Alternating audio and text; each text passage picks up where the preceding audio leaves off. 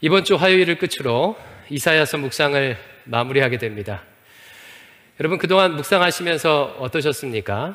저는요, 이번 묵상에서 우리 대광 성도들이 이사야서를 묵상했다는 것 자체가 참 감사합니다.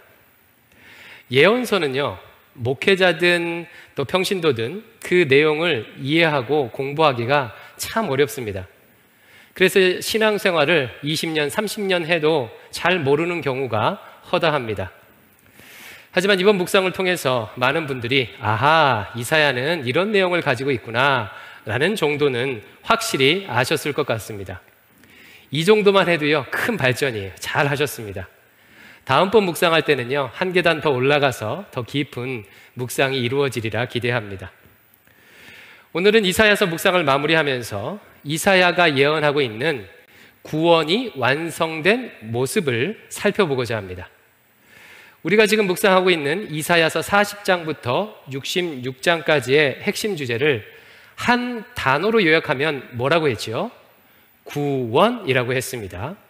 그리고 이사야서는 이 구원을 다음에 세 가지로 표현하고 있다고 말씀드렸어요. 첫 번째는 누가 참된 구원자인가? 두 번째는 어떤 방법으로 구원하시나? 세 번째는 구원이 완성된 모습은 무엇인가? 오늘은 이 중 세 번째, 이사야서에 나타난 구원이 완성된 모습을 살펴보고자 합니다. 제가 구원이 완성된 모습이라는 다소 복잡한 표현을 썼는데요, 쉽게 말하면요, 이사야가 말하는 이상사회, 이사야가 말하는 유토피아를 의미해요. 이 단어를 또 다른 성경의 용어로 바꾸면 하나님 나라로 바꿀 수 있을 것입니다. 이사야서는요, 하나님의 구원이 성취된 모습, 즉 이상적인 사회의 모습, 유토피아, 하나님 나라의 모습을요, 아주 자세하게 묘사하고 있어요. 그리고 이것을 아는 것은 성경이 말하는 하나님 나라를 이해하는데 정말 매우 중요합니다. 하나님 나라는 신구약 성경 전체를 관통하는 주제예요. 창조와 더불어 하나님 나라가 시작되었고 예수 그리스도를 통해서 하나님 나라가 완성된다는 이야기가 성경의 내용입니다. 우리 예수님께서 이 땅에 오셔서 전했던 복음도 하나님 나라 복음이죠. 회개하라, 천국이 하나님 나라가 가까이 왔느니라. 이 하나님 나라를 어떻게 이해하고 생각하느냐에 따라서 신자의 삶의 모습, 교회의 사역은요, 완전히 달라지게 됩니다. 예를 들어 어떤 신자가 하나님 나라는 지금 우리가 살고 있는 이 땅에 이루어지는 것이 아니라 전혀 이 땅과는 상관없는 새로운 곳에서 이루어진다고 믿는다면 그에게 있어서 이 땅의 문화, 예술, 철학, 과학, 기술, 학문 등은 별로 중요하지 않겠죠. 어차피 사라질 것이니까요. 그에게 있어서 오직 중요한 것은 죽음 이후에 그 새로운 곳, 천국에 가는 것입니다. 반면에 어떤 신자가요, 하나님 나라는 이곳에 임하는 나라라고 믿는다면 그는 자기가 있는 곳에서 하나님 나라가 이루어지도록 최선을 다하는 삶을 살 것입니다.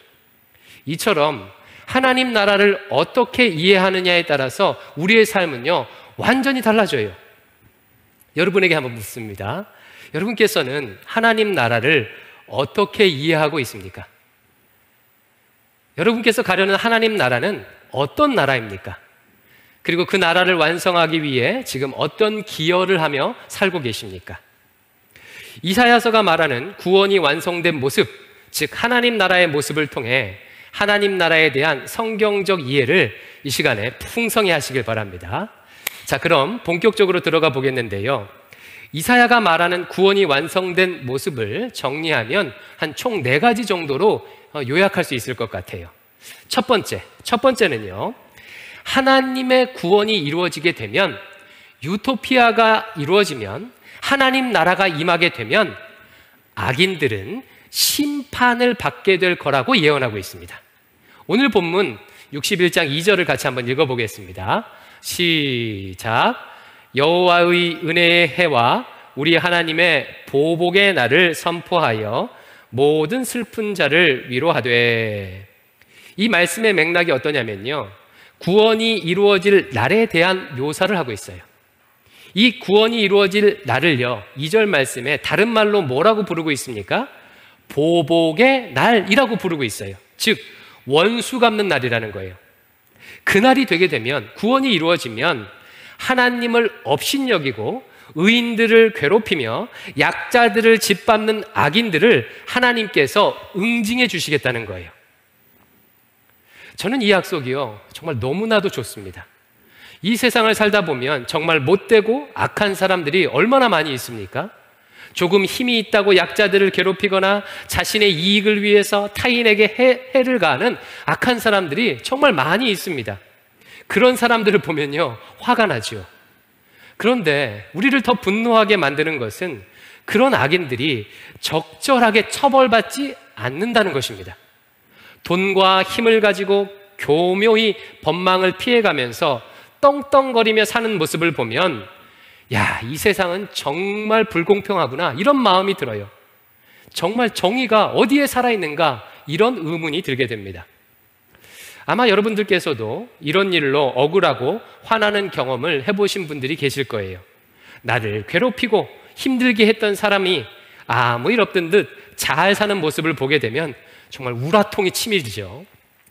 그래서 사람들은요, 악인들에게 적절한 심판이 내려지는 영화나 드라마를 보면 요즘 뭐라고 표현하죠? 사이다 같다라는 말을 써요. 마음에 막힌 것이 뚫리는 것 같다는, 통쾌하다는 그런 뜻이죠. 근데 여러분 기뻐하십시오. 실제 그 사이다 같은 일이 일어날 것입니다. 하나님의 구원이 이루어질 때 모든 악인들은 자신들이 행한 대로 남김없이 하나님의 심판을 받게 될 거라고 지금 이사야는 예언하고 있어요. 비록 이 땅의 법은 강한 자의 편일지 모르지만 하나님의 심판 때에서는 완전한 정의가 실현될 거예요. 하나님께서 모든 우리의 억울함을 풀어주시고 악인에게 합당한 벌을 내리실 것입니다. 따라서 악한 자들의 형통을 보면서 여러분 별로 부러워하지 마십시오. 그들은 지금 심판을 향해서 지금 달려가고 있는 거예요.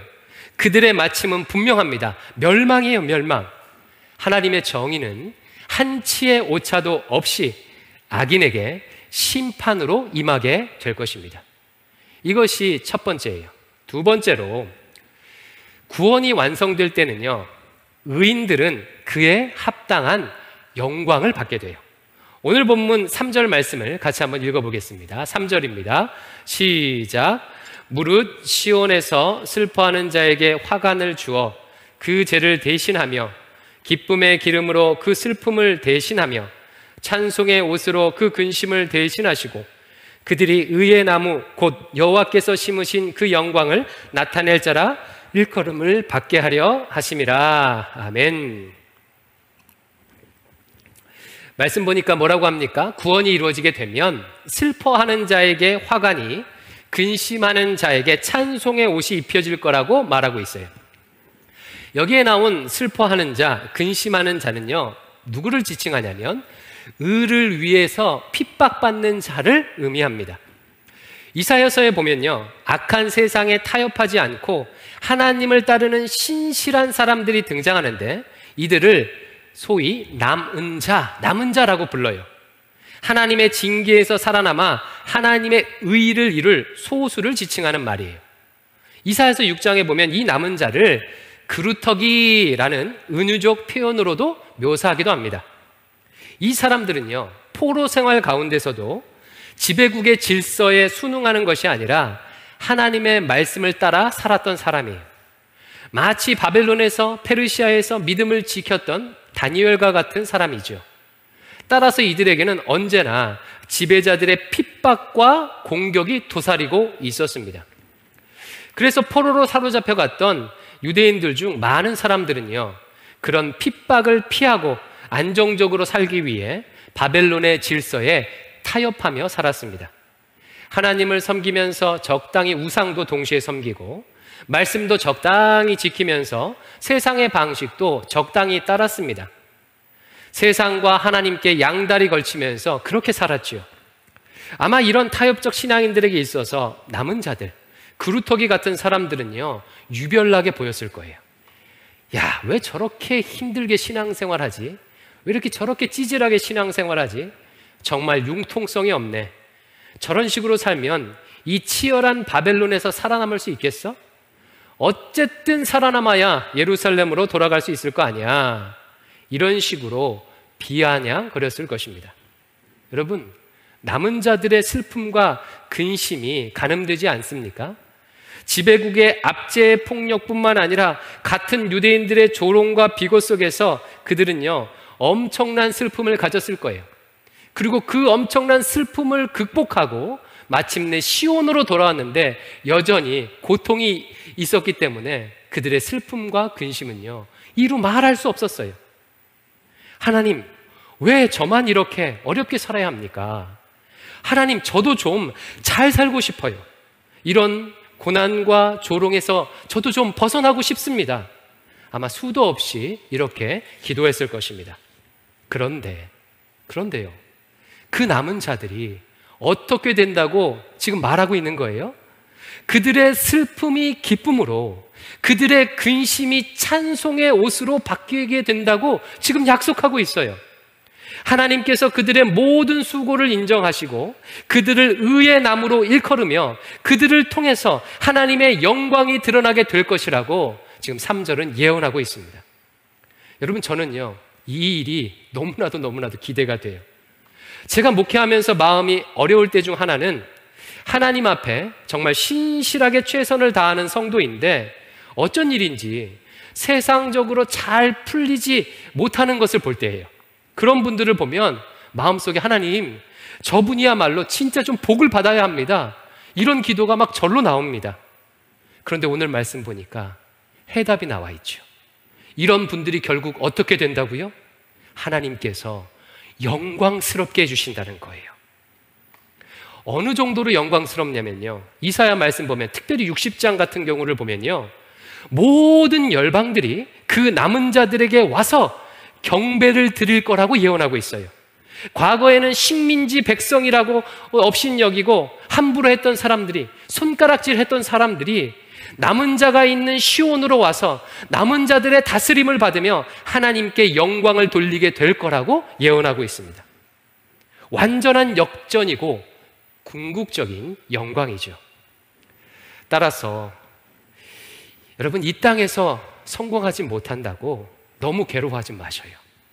그리고 반면에 조금 안정적이라고 안심하지도 마십시오.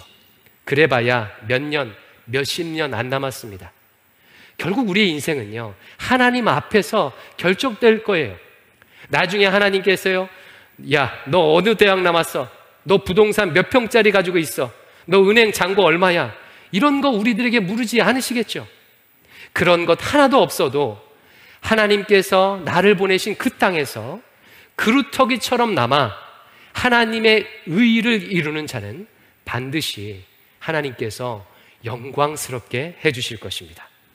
이게 두 번째예요. 그리고 세 번째로, 구원이 완성되게 되면 모든 열방이 하나님 앞에 나와 하나님께 영광을 돌리게 될 거라고 예언하고 있어요. 66장 18절 말씀을 같이 한번 읽어볼게요. 시작. 내가 그들의 행위와 사상을 아노라. 때가 이르면 문 나라와 언어가 다른 민족들을 모으리니 그들이 와서 나의 영광을 볼 것이며, 그날이 되면, 하나님 나라가 임하면, 구원이 완성되면 문 나라와 다른 민족들이 하나님 앞에 와서 하나님의 영광을 보게 된다는 거예요. 쉽게 말해서 이방인들도 구원에 동참한다는 거예요. 2주 전에 말씀드렸듯이 이스라엘은 자신들만이 하나님의 백성 될 수 있다는 그릇된 선민의식을 가지고 있었습니다. 따라서 이스라엘에게 있어서 구원이란 이스라엘 백성들만을 위한 구원이에요. 하지만 하나님이 이루시는 구원은요, 전혀 다릅니다. 이방인도 차별 없이 하나님의 영광에 동참할 수 있어요. 하나님의 구원에는요, 어떤 장벽도 없습니다. 유대인이냐, 헬라인이냐, 종이냐, 자유인이냐, 여자냐, 남자냐 상관이 없습니다. 세상은 정반대지요. 타락한 세상은요, 온갖 선과 금을 그어서 사람들을요, 차별해요. 아마 초등학교 다닐 때 이런 경험을 해보셨을 거예요. 그 책상이 이렇게 크지 않습니까? 이렇게 책상 반쪽에다가 선을 딱 긋고 그 중간에 선을 긋고 짝꿍한테 이 선 넘어오면 이제 다 내 거야 이렇게 얘기하면서 넘어오지 못하게 했던 기억들 여러분 있으시죠? 지금 생각하면 얼마나 유치합니까? 그런데 이런 유치한 일들이요 세상에서 끊임없이 일어나요. 얼마 전까지만 해도 대한민국은 태어난 자녀의 성별로도 선을 그었습니다. 남자아이는 대접받고 여자아이는 찬밥 신세였어요. 심지어는요 태어난 지역으로도 선을 그어요. 전라도 출신이냐 경상도 출신이냐 충성도 출신이냐에 따라서 선을 그었습니다. 외국에서는요 흑인이냐 백인이냐 아시안인이냐에 따라서 인종으로도 선을 긋습니다. 여러분 한번 생각해 보세요. 성별, 지역, 인종, 장애의 유무 등은 내가 선택해서 내가 잘나서 내 실력으로 얻은 것일까요? 전혀 그렇지 않죠. 하나님께서 일방적으로 우리에게 주신 거예요. 그런데 세상은요 이런 것들조차도 사용해서 선을 긋고 차별하며 차등을 매깁니다. 그런 선들은 이 밖에도 너무나도 많이 있어요. 아이들을 차별하는 최고의 선긋기는 무엇일까요? 예나 지금이나 성적입니다. 성적이요. 아이들의 인격과 재능, 관심 상관없이 성적 하나만을 기준으로 줄을 세우고 선을 긋습니다. 어른들을 차별하는 최고의 선긋기는 뭐죠? 뭐니 해도 money입니다. 돈이지요. 돈을 기준으로 세상은 사람들을 차별합니다. 이 밖에도 외모, 종교, 이념 등 온갖 것으로 선을 만들어 긋고 사람들을 차별하는 게 세상이에요. 하지만 하나님의 구원은요 그렇지 않습니다. 하나님에게는 우리가 유대인이냐 이방인이냐가 중요하지 않아요. 할례를 받았느냐 아니냐가 중요하지 않습니다. 이방인들도 하나님 앞에 나와서 하나님의 영광을 누릴 수 있어요. 바로 이 차별 없는 구원이 하나님 나라, 이사야가 말하는 하나님 나라의 세 번째 특징이에요. 마지막으로 네 번째로 이사야에 나타난 구원이 완성된 모습은요 자유가 이루어지는 세상이에요. 자유가 이루어지는 세상. 여러분, 자유가 뭐죠? 흔히들 내가 하고 싶은 대로 하는 것을 자유라고 생각을 해요. 따라서 자유로운 세상이란 개인이 하고 싶은 것을 할 수 있도록 해주는 세상이 자유로운 세상이 되겠지요. 하지만 다시 한번 곰곰이 생각해 보십시오. 만약 사람들이 자기가 하고 싶은 대로 하고 살면 정말 자유로울까요? 술 마시고 싶은 대로 마시고 가지고 싶은 대로 가지고 성욕을 채우고 싶은 대로 채우면 정말 자유로울까요? 그리고 그런 세상을 자유로운 세상이라고 할 수가 있을까요? 깊이 생각하지 않아도 그런 삶은요 끔찍한 인생입니다. 그런 세상은요 아마 비참한 세상임을 우린 깊이 생각하지 않아도 알 수가 있어요. 제가 나름대로 정의한 자유는요 이와 같아요. 성경을 통해서 나름대로 제가 정립한 자유는요 이런 것인데 한번 들어보십시오. 하나님께서 나를 지으신 내 모습 그대로 사는 것, 하나님께서 나를 지으신 내 존재 자체로 사는 것, 저는 이것이 진짜 자유라고 생각합니다. 하나님께서 저를 박영모로 만드셨으니까 박동희가 아니고 지성률이 아니고 박영모로 사는 거예요. 부모가 원하는 나, 세상이 요구하는 내가 아니라 하나님께서 창조하신 내 모습 그대로 살 수 있는 것, 이것이 참 자유라고 생각합니다. 그러나 타락한 세상은요 그렇게 살지 못하도록 우리의 자유를 억압해요. 여러분, 사람이 자기 자신으로 살지 못하도록 방해하는 것들은 어떤 것들이 있을까요? 대표적으로 가난 아닐까요? 가난 때문에 나의 꿈을 포기하고, 가난 때문에 내 관심을 접어야 하고, 가난 때문에 내 존재와 존엄성이 짓밟히고 인격을 멸시당해야 하는 일들이 세상에 얼마나 많이 있습니까? 지금도 수많은 사람들이요 그 가난의 굴레로 말미암아 자기 자신으로 살지 못하고 있습니다. 또 어떤 게 있을까요? 마음의 상처도 우리의 자유를 빼앗아 갑니다. 어렸을 때 겪었던 트라우마나 가정에서 받은 상처로 인해서 정말 많은 사람들이 자기 자신으로 살지 못해요. 하나님께서 주신 커다란 날개를 펴고 힘껏 날아오를 수 있음에도 불구하고 과거에 받았던 그 상처받은 자아를 가지고 애벌레처럼 땅바닥을 기어다니는 사람들이 많이 있습니다. 상처로 인해 자기 자신으로 살지 못하는 거죠. 이 밖에도 사회적 관습이나 악한 구조, 세상의 유행이 우리에게 억압이 돼서 내가 나로 살지 못하게 만들기도 해요. 어떤 가정에 부부가 있는데 이 가정은요, 살림과 육아를 남편이 좋아합니다. 그리고 남편이요, 잘해요. 남편의 적성에 맞습니다. 반대로 아내는 밖에 나가서 경제 활동하는 것을 좋아하고 또 적성에도 맞고 돈도 더 잘 벌어요. 그러면 여러분, 남편이 집에 있고 아내가 밖에 나가서 일하고 그래도 됩니까? 안 됩니까? 예, 당연히 되지요. 그럴 수 있어요. 하지만 막상 그런 식으로 살려고 하면 엄청난 사회적 압력이 그 가정에 몰려와요. 양가 부모님은 그 부부를 보고 이렇게 말할 수도 있어요. 아니, 애를 엄마가 키우고 남자가 돈 벌어와야지 라고 하면서 눈총을 줄 수 있어요. 교회 오게 되면 어르신들이 그 남편에게 이렇게 말할 수도 있어요. 아니, 왜 계속해서 집에 놀고 있습니까? 지금 노는 게 아니잖아요. 살림하고 있는데 왜 놀고 있어요? 이렇게 말할지도 모릅니다.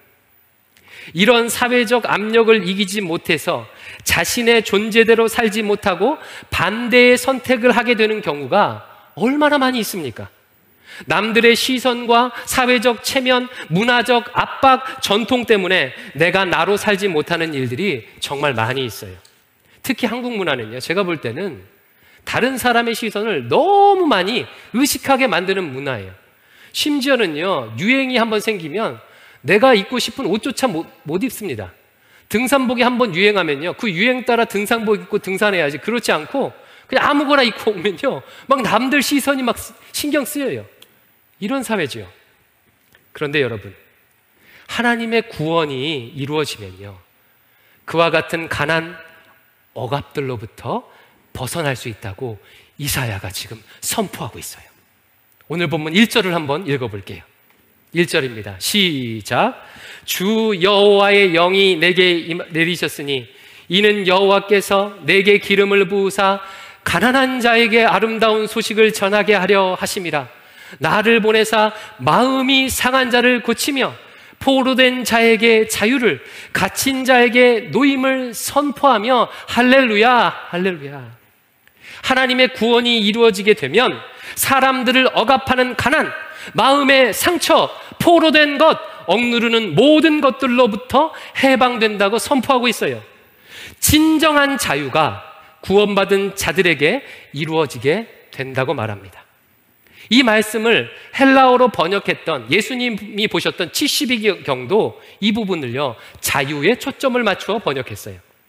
구원이 이루어지게 되면 내가 나로 살지 못하게 만드는 모든 것들로부터 해방되어 이제 진정한 나로 살 수 있게 된다는 거예요. 너무 좋지 않습니까? 세상이 규정하는 내가 아니라, 부모가 원하는 내가 아니라, 남들이 규정하는 내가 아니라 하나님께서 창조하신 내 존재 자체로 살 수 있다면 이보다 더 자유로운 삶이 있을 수가 있을까요? 바로 이것이 구원이 이루어질 때 나타나는 네 번째 모습이에요. 자, 정리 한번 해보겠습니다. 이사야서에 나타난 구원이 완성된 모습이 네 가지가 무엇이라고요? 첫 번째, 악인들은 심판받습니다. 킹, 왕, 짱 사이다 심판이 이루어질 거예요. 두 번째, 반면에 의인들은 무한한 영광을 얻게 될 거예요. 그들의 슬픔은 기쁨으로 바뀌게 됩니다. 세 번째, 이방인들도 구원을 받아요. 차별 없이 구원이 이루어지게 돼요. 그리고 네 번째, 사람들을 짓누르는 모든 억압이 벗겨지고 참된 자유를 누리게 됩니다. 여러분 어떻습니까? 이런 세상에서 살고 싶지 않으세요? 너무나도 소망이 돼요. 완벽한 공의와 정의가 이루어진 세상입니다. 아마 신앙의 유무를 떠나서 모든 사람들이 원할 것 같아요. 유토피아라는 책을 썼던 토머스 모어도, 율도국을 꿈꾸었던 홍길동도 아마 이런 세상을 원하지 않았을까요? 그런데 듣기만 해도 너무 좋긴 한데 이런 세상이 과연 이루어질 수가 있을까요? 이런 세상은 설교 제목처럼 어디에도 없는 유토피아, 즉 상상의 세계는 아닐까요? 여러분 놀라지 마십시오. 이사야서는요, 이 놀라운 구원을 여호와의 기름 부음 받은 종이 성취할 거라고 예언하고 있어요. 자, 다시 한번 1절 말씀을 읽어볼게요. 1절입니다. 시작. 주 여호와의 영이 내게 내리셨으니 이는 여호와께서 내게 기름을 부으사 가난한 자에게 아름다운 소식을 전하게 하려 하심이라. 나를 보내사 마음이 상한 자를 고치며 포로된 자에게 자유를, 갇힌 자에게 노임을 선포하며. 이 놀라운 구원의 일을 기름 부음 받은 여호와의 종이 실현한다는 것입니다. 그리고 더 놀라운 것은요, 이 기름 부음 받은 여호와의 종이 이미 역사 가운데 오셔서 이 엄청난 구원의 역사가 이미 시작되었다고 성경은요 말하고 있어요. 누가복음 4장 16절 말씀을 같이 한번 읽어볼게요. 누가복음 4장 16절이에요. 시작. 예수께서 그 자라나신 곳 나사렛에 이르사 안식일에 늘 하시던 대로 회당에 들어가사 성경을 읽으려고 서심해. 이 장면이 어떤 맥락이냐면, 이제 공생애를 막 시작하신 예수님께서요, 이제 나사렛 회당에 가셔서 구약 성경의 한 부분을 펼쳐 읽으심으로 왜 자신이 오셨는지를 선포하는 내용이에요. 그러니까 예수님이 전하시는 복음을 구약 성경을 인용하면서 선포하는 내용이에요. 그러면 구약 성경의 어떤 부분을 읽으셨는지 한번 확인해 보겠습니다. 누가복음 4장 17절, 18절, 19절이에요. 제가 빠른 속도로 한번 읽어볼게요. 여러분 잘 보세요. 어떤 부분을 읽으셨는지. 선지자 이사야의 글을 드리거늘 책을 펴사 이렇게 기록된 데를 찾으시니 곧 주의 성령이 내게 임하셨으니 이는 가난한 자에게 복음을 전하게 하시려고 내게 기름을 부으시고 나를 보내사 포로된 자에게 자유를, 눈먼 자에게 다시 보게 함을 전파하며 눌린 자를 자유롭게 하고 주의 은혜의 해를 전파하게 하려 하심이라 하였더라. 아멘. 예수님께서 어느 부분을 펼쳐서 읽으셨어요? 오늘 우리가 지금 보고 있는 이사야서 61장 1절과 2절 말씀을 인용하셨어요. 이 부분을 읽으신 후 예수님께서는 성경을 딱 덮고 그 성경책 관리자에게 성경을 넘깁니다. 그리고 자리에 딱 앉으셨어요.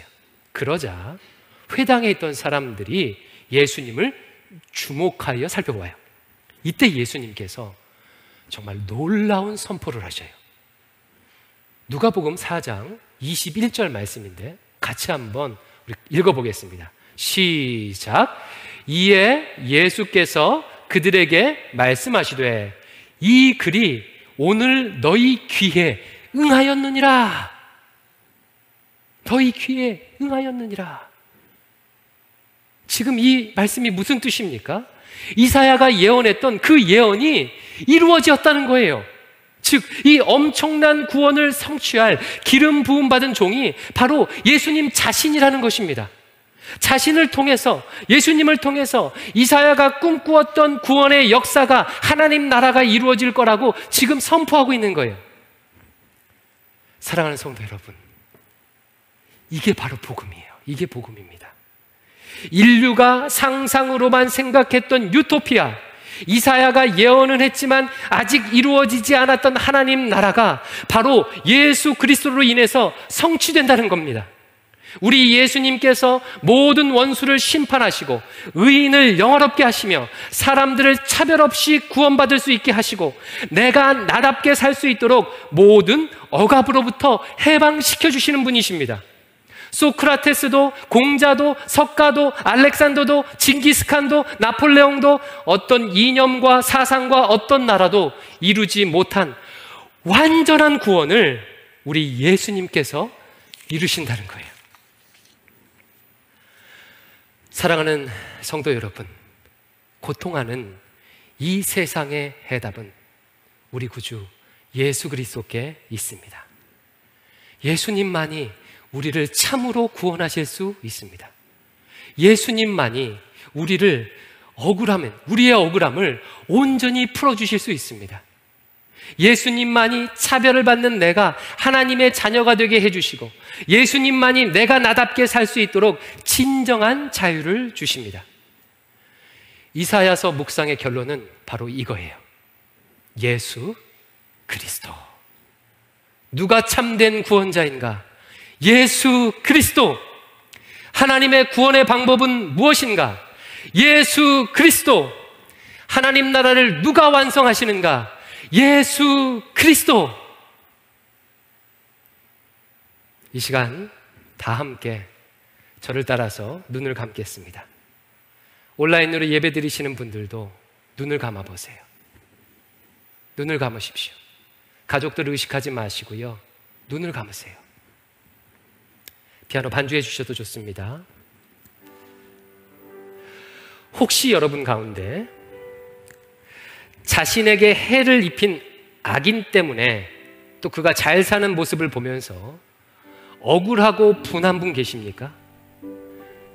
마음이 복수심에 사로잡혀 있는 분 계십니까?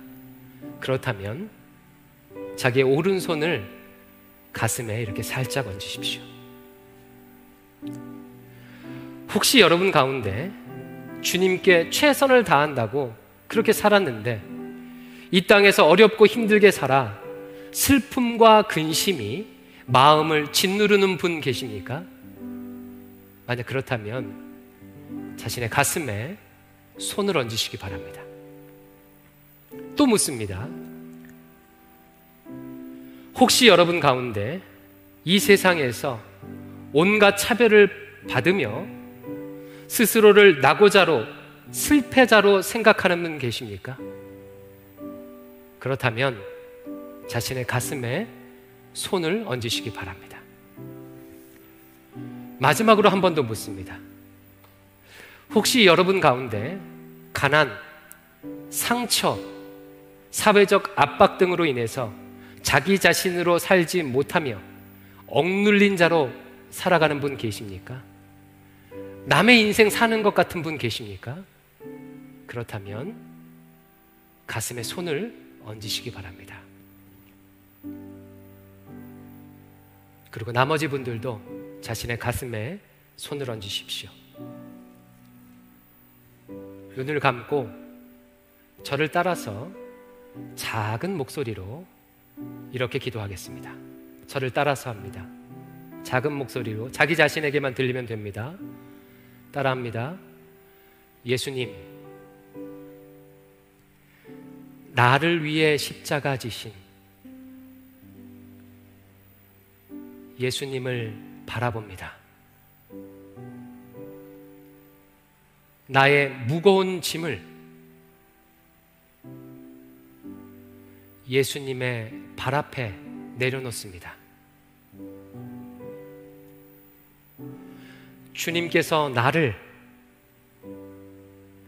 참된 구원으로 인도해 주실 줄 믿습니다. 예수님만이 나의 전부입니다. 예수님만이 나의 구원 되십니다. 이제 마지막으로 진심을 담아서 이 기도를 들으신 예수님께 조금 더 큰 목소리로 이렇게 고백하겠습니다. 예수님 사랑합니다. 예수님 사랑합니다. 눈을 감은 채 잠시 묵상하겠습니다. 이 기도를 들으신 예수님의 음성에 귀를 기울여 보시기 바랍니다. 지금 이 순간 반드시 주님께서 여러분에게 사랑의 음성을 들려주실 것입니다. 그 예수님의 음성에 귀를 기울이십시오.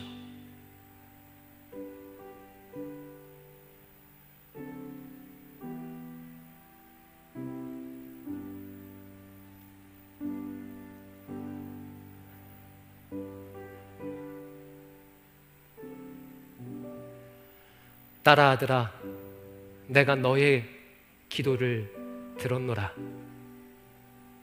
내가 너와 함께 한단다. 내가 너를 온전한 구원으로 인도해 줄 것이란다. 그러니 두려워 말고 나를 의지하렴.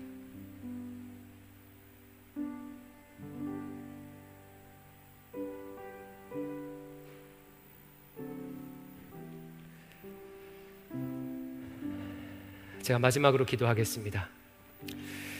아버지 하나님, 주님의 십자가와 부활로 우리를 하나님 나라 백성 삼아 주시니 감사합니다. 이 구원을 대광의 모든 성도들이 누리며 살아가게 인도해 주시옵소서. 내가 나사렛 예수 그리스도의 이름으로 명하노니 대광 성도들을 짓누르고 있는 모든 분노, 억울함, 슬픔, 근심, 가난, 억눌림은 떠나갈지어다. 예수님 이름으로 기도드립니다. 아멘.